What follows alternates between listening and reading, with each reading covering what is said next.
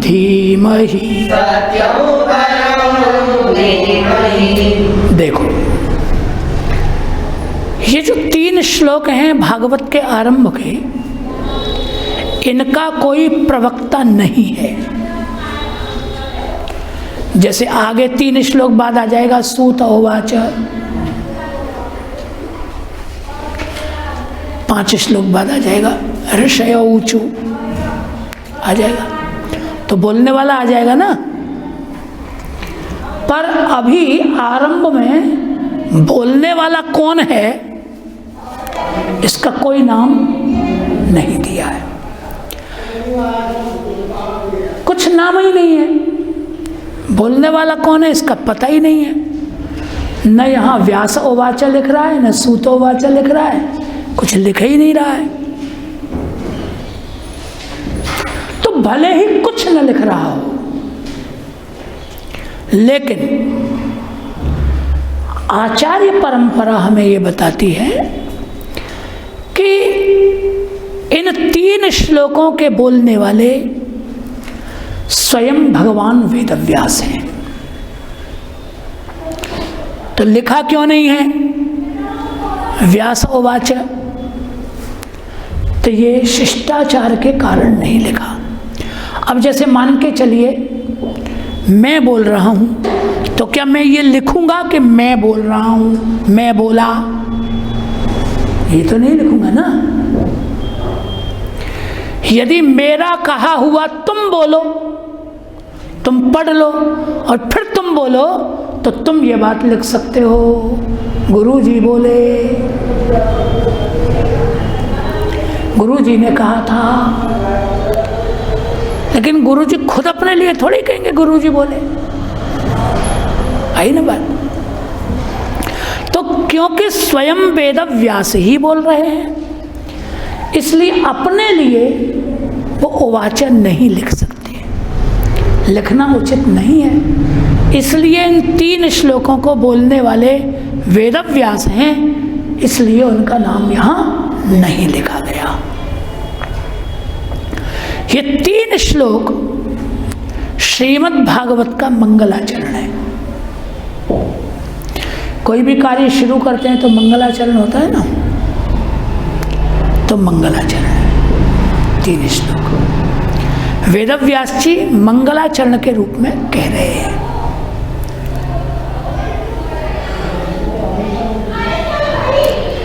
इन 3 श्लोकों के ऊपर ये पहला जो श्लोक है, आपको शायद पता नहीं है कि इस प्रथम श्लोक के 108 अर्थ ऋषियों ने, विद्वानों ने किए। 108 अर्थ। किसी ने राधा परक अर्थ किया है, किसी ने कृष्ण परक अर्थ किया है, किसी ने ब्रह्म परक अर्थ किया है। बहुत अर्थ है इसके, बहुत सी अर्थ केवल एक श्लोक के हैं। लेकिन हम उनमें न जाकर सामान्य जो अर्थ है उसकी चर्चा आपसे कर रहे हैं। श्लोक में धीमहि क्रिया है और परम सत्यम ये कर्म है। सत्यम परम धीमहि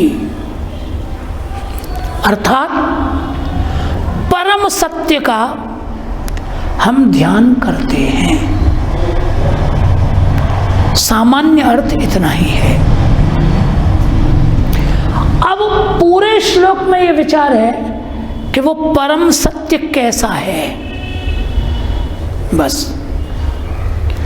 आप जिसको अंत में कह रहे हो कि सत्यम परम धीमहि, हम परम सत्य का ध्यान कर रहे हैं, तो परम सत्य क्या है और कैसा है, उसका पूरे श्लोक में वर्णन किया जा रहा है। आप इसे सुने। जन्माद्यस्य यतः, यतः अस्य जन्मादि, ये विग्रह होगा, संधि होगी। जन्म आदि अस्य यतः, ये संधि होगी। यतः मायने जिससे, जिससे मायने परमात्मा से, ईश्वर से, जिस भगवान से। अस्य, अस्य मायने प्रपंचस्य, ब्रह्मांडस्य, इस पूरे ब्रह्मांड का जन्मादि, जन्म होता है, आदि पद से पालन होता है और संहार भी होता है। माने जिस परमात्मा से इस संपूर्ण ब्रह्मांड का जन्म होता है, पालन होता है और संहार होता है, वो है सत्यम परम। उसका हम ध्यान कर रहे हैं। जो संपूर्ण ब्रह्मांड के जन्म लेने में, पालन करने में और संहार करने में हेतु है, वो परम सत्य है। उसका हम ध्यान करते हैं। आई बात? अब देखो, कोई वस्तु जब जन्म लेती है तो उसमें दो कारण मुख्य होते हैं, दो कारण प्रधान होते हैं।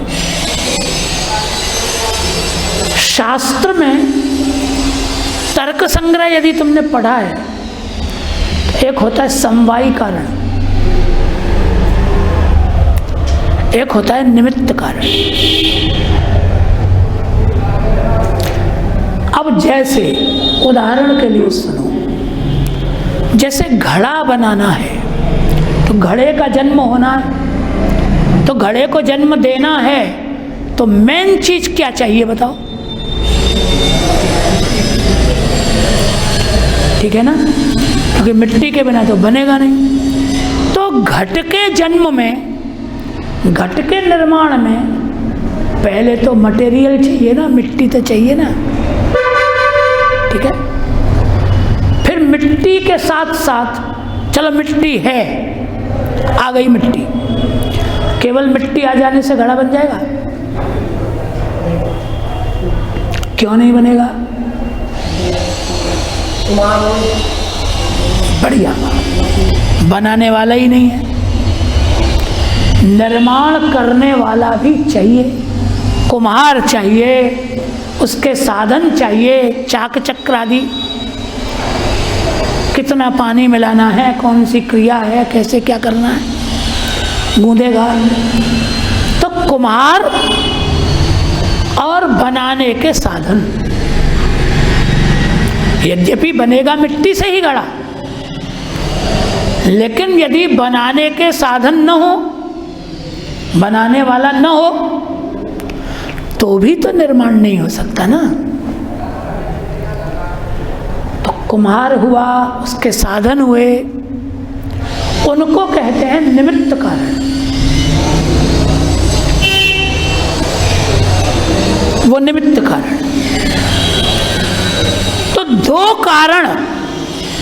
कारण यदि उपस्थित होते हैं तब कोई वस्तु का निर्माण होता है।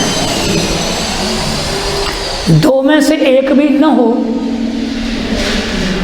तो किसी वस्तु का निर्माण नहीं हो सकता, असंभव है। तीसरी बात,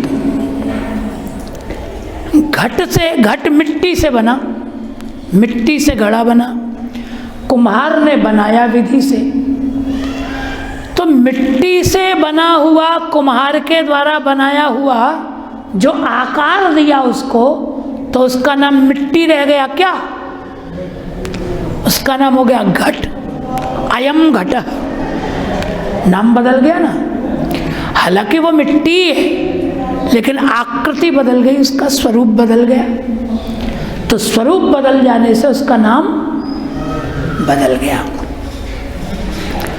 अब यदि आप ये कहते हो कि भगवान ने इस ब्रह्मांड को बनाया, यतः अस्य विश्वस्य जन्मादि, अभी आपको बताया कि भगवान से ही संपूर्ण विश्व का जन्म होता है, पालन होता है तो संहार होता है। तो जन्म देने में मटेरियल क्या है? भगवान ने ब्रह्मांड बनाया तो भगवान को मटेरियल कहाँ से मिला? वो मिट्टी कहाँ से मिली जिससे सब बना? वो सामग्री कहाँ से मिली? बनाने वाला कौन था? भगवान था या कोई और था जिसकी ड्यूटी भगवान ने लगाई? और बनने के बाद जो तैयार हुआ घड़ा, वो घड़ा एक नई चीज तैयार हो गई। तो ये दुनिया, ये ब्रह्मांड एक नई चीज तैयार हो गई। तो कोई भी चीज के जन्म में जैसे मटेरियल अलग होता है, समवायी कारण अलग होता है, निमित्त कारण अलग होता है, और बनने वाली वस्तु अलग होती है। ऐसे ही यदि आप इस ब्रह्मांड में बता देंगे कि भगवान ने इसको बनाया, तो 3 पदार्थों की सत्ता आपको स्वीकार करनी पड़ेगी। एक तो भगवान है ही, एक समवायी कारण स्वीकार करना पड़ेगा जिससे बना, मटेरियल स्वीकार करना पड़ेगा, एक बनाने वाला स्वीकार करना पड़ेगा, और तीसरी वस्तु बनी हुई। ये 3 अलग अलग चीजें आपको माननी पड़ेंगी।